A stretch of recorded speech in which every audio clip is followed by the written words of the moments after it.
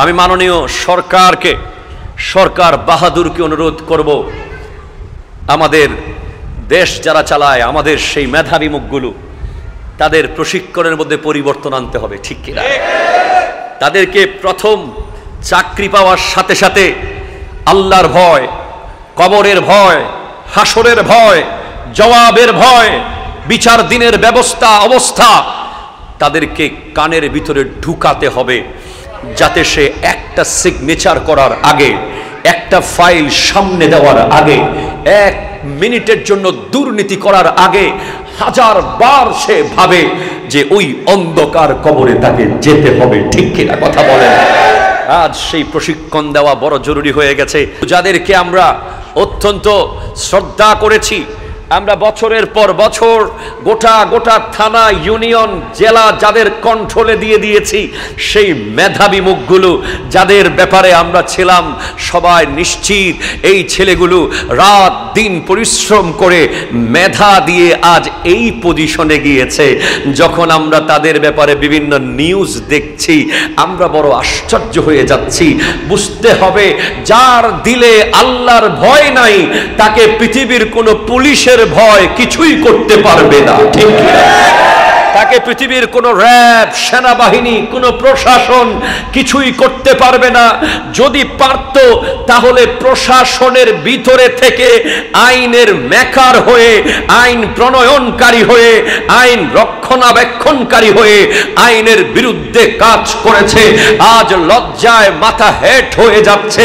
বুঝতে হবে, এই প্রত্যেকটা প্রশাসনিক অঙ্গগুলোতে, প্রত্যেকটা প্রশাসনিক অফিসগুলোতে আল্লাহর ভয়ের তালিম দেওয়া জরুরি হয়ে গেছে, ঠিক কিনা? হাত তুলে বলেন ঠিক কিনা বলেন। আজ তাদেরকে বিশ্বের বড় বড় স্কলার, অক্সফোর্ড, কেমব্রিজ ইউনিভার্সিটির বিভিন্ন ব্যক্তিদের লেকচার শোনানো হয়।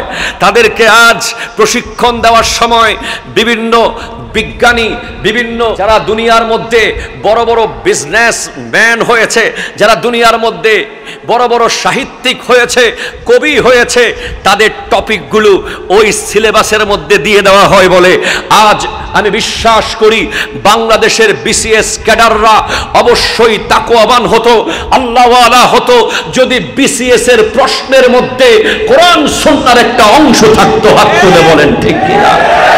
আরো জোরে বলেন ঠিক কিনা বলেন। সেনাবাহিনীর প্রথম প্রশিক্ষণ যখন দেওয়া হয় নতুন সেনাদেরকে, নতুন পুলিশদেরকে, নতুন সরকারি কর্মকর্তাদেরকে, তখন তাকওয়াবান আলেমকে নিয়ে তাদেরকে সর্বপ্রথম গুলি কেমনে চালাবে সেই প্রশিক্ষণ দেওয়া হয় না। সর্বপ্রথম সিগনেচার কেমনে করবে, জেলা কেমনে চালাবে, থানা কেমনে চালাবে সেই প্রশিক্ষণ দেওয়া হয় না। তাদেরকে সর্বপ্রথম যে প্রশিক্ষণ দেওয়া হয় কিভাবে আল্লাহর ভয় অন্তরে জাগা দিতে হবে। আজ স্কুল, কলেজ, ইউনিভার্সিটির প্রত্যেকটা ক্লাসে বিদায় হজের ভাষণকে নিশ্চিতভাবে একটা অধ্যায়ের মধ্যে আনা জরুরি হয়ে গেছে। আজ প্রত্যেকটা টপিকের মধ্যে তাকওয়ার একটা অধ্যায় আনা জরুরি হয়ে গেছে।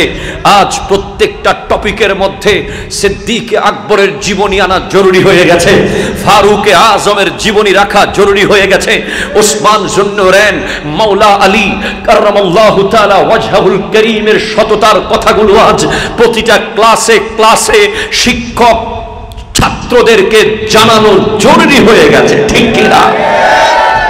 যত বেশি আমরা ইসলামকে দূরে ঠেলে দিচ্ছি, তত 15 লাখ টাকা ছাগল এসে আরো বড় বড় রাগব বোয়াল বের করে দিচ্ছে, ঠিক কিনা বলেন?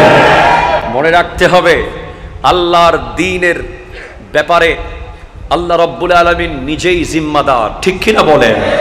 যখন মানুষ তার দায়িত্ব ঠিকভাবে পালন করে না, তখন আল্লাহ ছাগলকে দিয়ে দায়িত্ব পালন করাতে পারে, ঠিক কিনা কথা বলেন?